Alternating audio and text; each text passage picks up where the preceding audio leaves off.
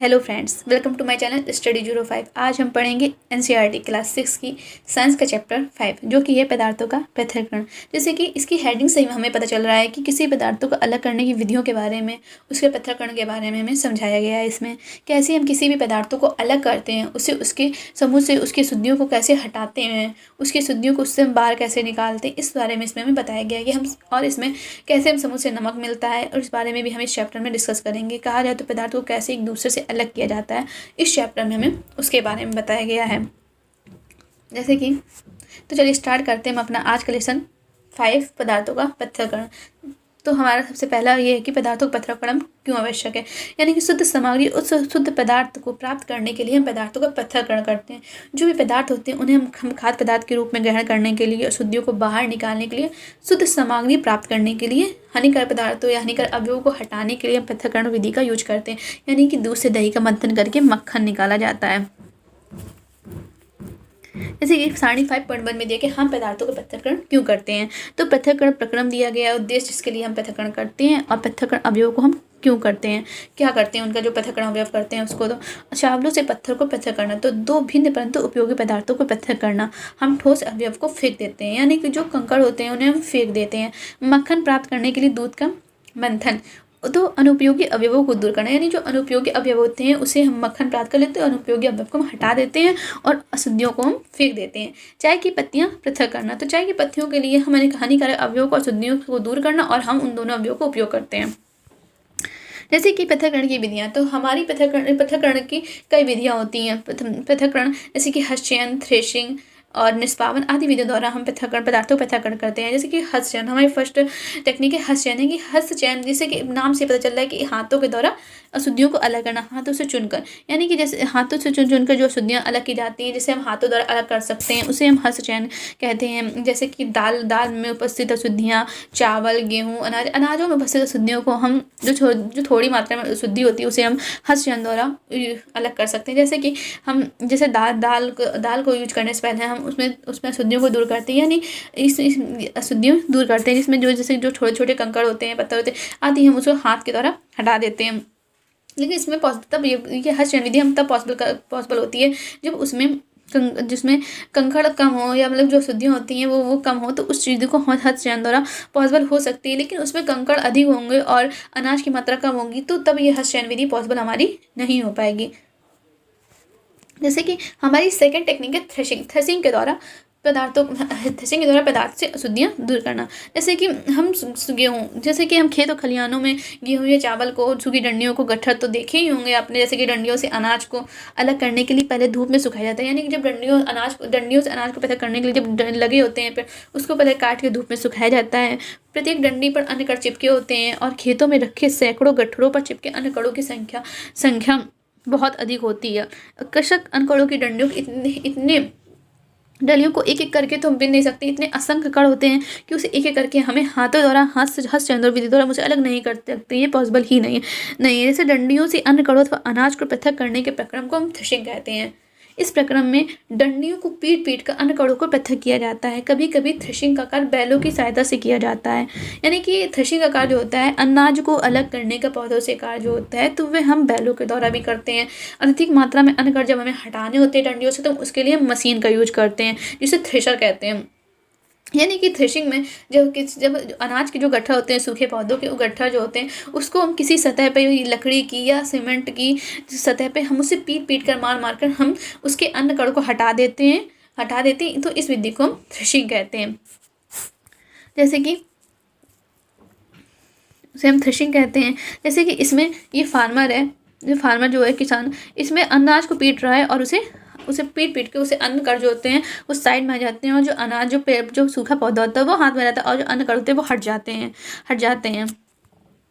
तो हमारी second technique है निष्पावन, यानी कि इसमें निष्पावन विधि में हवा का बहुत महत्व होता है, और इसमें हवा के द्वारा हम अशुद्धियों को अलग करते हैं। जैसे कि थ्रेशिंग के बाद भी अनाज में अशुद्धियाँ रह जाती हैं, उसमें थोड़े थोड़े से कण अशुद्धियों के रह जाते हैं, जिसके लिए हम निष्पावन विधि का यूज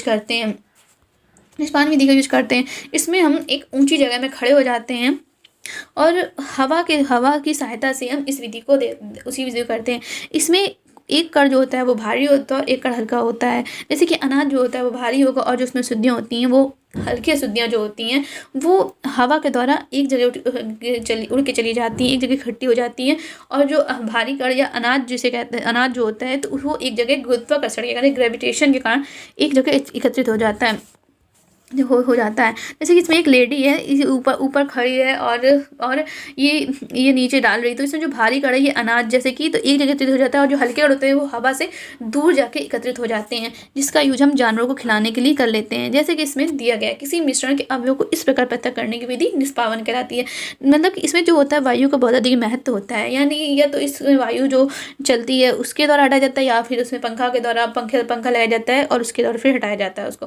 निष्पावन का उपयोग पवनों तथा वायु के झोंकों द्वारा मिश्रण से भारी तथा हल्के अवयवों को पृथक करने में किया जाता है।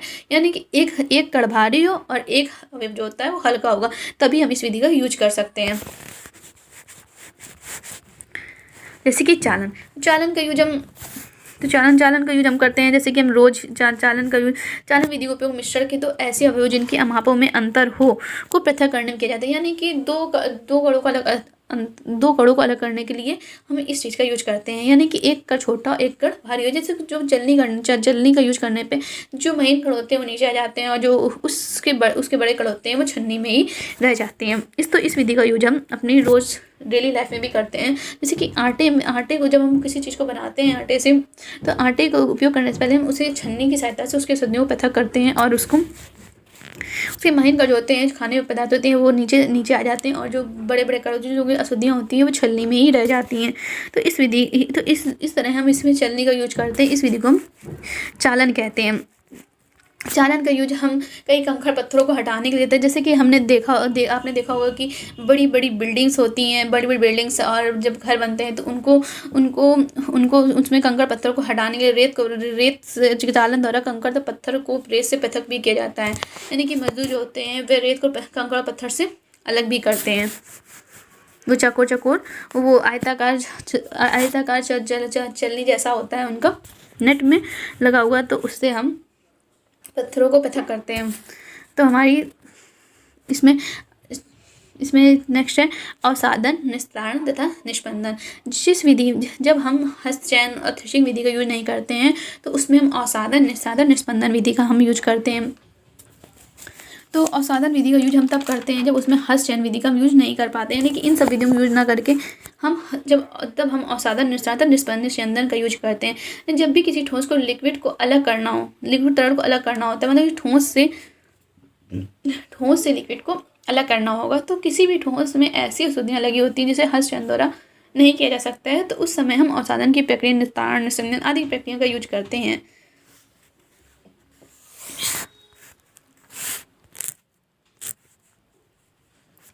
जैसे कि हम पहले पकाने से पहले चावल या दालों को जल से धोया जाता है। जब आप चावल या दाल में जल डालते हैं तब उन पर चिपकी अशुद्धियाँ जैसे मिट्टी व धूल के कण भी पृथक हो जाते हैं। तो ये अशुद्धियाँ जो होती हैं वो जल में चली जाती हैं, जिससे थोड़ा सा जो पानी होता है वह गंदा भी हो जाता है। तो जिसमें जैसे कि जो अनाज में जो धूल और मिट्टी कण होते हैं वह पानी में आ जाते हैं और जो भारी कण अनाज के कण होते हैं वो पानी में बैठ जाते हैं, जिससे कि अशुद्धियाँ दूर हो जाती हैं और हमें साफ शुद्ध चावल शुद्ध अनाज प्राप्त हो जाता है। जैसे कि मिश्रण में जल मिलाने पर भारी अवयवों के नीचे तली में बैठ जाने के प्रक्रम को अवसादन कहते हैं। यानी कि जब हमें सॉलिड से अशुद्धियाँ दूर करनी हो तो उसके लिए अवसादन प्रक्रिया का यूज करते हैं पानी को डाल के। तो अवसादित मिश्रण को बिना हिलाए, मतलब जो अवसादित मिश्रण उसको बिना हिलाए जो जिसका हम अवसादन कर चुके हैं उसको बिना हिलाए जल को मिट्टी सहित उड़ेलने की क्रिया को निस्तारण कहते हैं। यानी कि मिट्टी से उड़ेलने की क्रिया को निस्तारण कहते हैं। जब हम उसको जल दाल से दाल धुलते समय या कोई सी अनाज को धुलते समय जब हम जल को हटाते हैं तो उस प्रक्रिया को हम निस्तारण कहते हैं, यानी कि निकाल देना जल को। ठीक है। अब जैसे कि इसमें दिया गया है किसी मिश्रण के दो अवयवों को अवसादन तथा निस्तारण द्वारा पृथक करना। जैसे कि इसमें अवसादन दिया गया है और ये निस्तारण, ये पृथक किया जा रहा है। उदाहरण के लिए तेल तथा जल को उनके मिश्रण में इस विधि द्वारा पृथक किया जा सकता है। यदि द्रव के ऐसे मिश्रण को कुछ समय के लिए रखा रहने के दिया जाए तो वह पृथक परतों में बढ़ जाते हैं। इसके बाद जो अवयव उसकी ऊपरी परत बनाते हैं उसे निस्तारण द्वारा पृथक कर सकते हैं। यानी कि जब किसी भी जैसे कि ये ग्लास है और इसमें तेल जब पानी में जैसे जब हम तेल पानी में डालते हैं तो जो तेल होता है वो थोड़ी देर रखा रहने पर तेल जो अपनी जो परत होता है वो ऊपरी पृथक परत बना लेता है, जिससे कि जो तेल होता है वो ऊपर उठ जाता है और उसको तेल और पानी को हम सेपरेट कर सकते हैं, यानी कि अलग कर सकते हैं।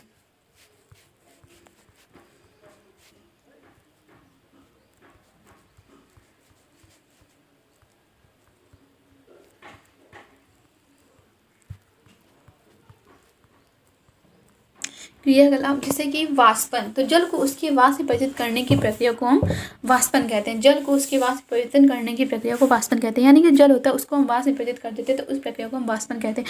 जैसे कि हम किसी जल को जब गर्म करते हैं तो उससे वाष्प के रूप में जब उबलने लगता है तो पानी जो होता है वाष्प के रूप में बाहर आने लगता है, वाष्प के रूप में निकलने लगता है, तो उसे हम उस प्रक्रिया को हम वाष्पन कहते हैं।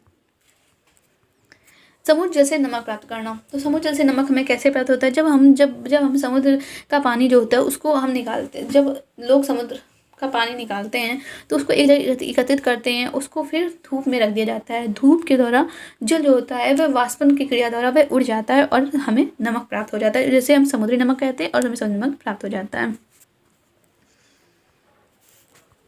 जल वाष्प से उसके द्रव अवस्था में परिवर्तन होने की प्रक्रिया को संघनन कहते हैं। जो जल वाष्प होता है उसमें जल वाष्प से उसे जब हम पानी में या द्रव अवस्था में परिवर्तित करने की होने की प्रक्रिया को हम संघनन कहते हैं। जब हम एक धातु प्लेट लीजिए जिस पर कुछ बर्फ रखी हो, तो प्लेट को केतली की टोटी के ठीक ऊपर पकड़िए, जैसा कि चित्र 5 और 13 में दर्शाया गया।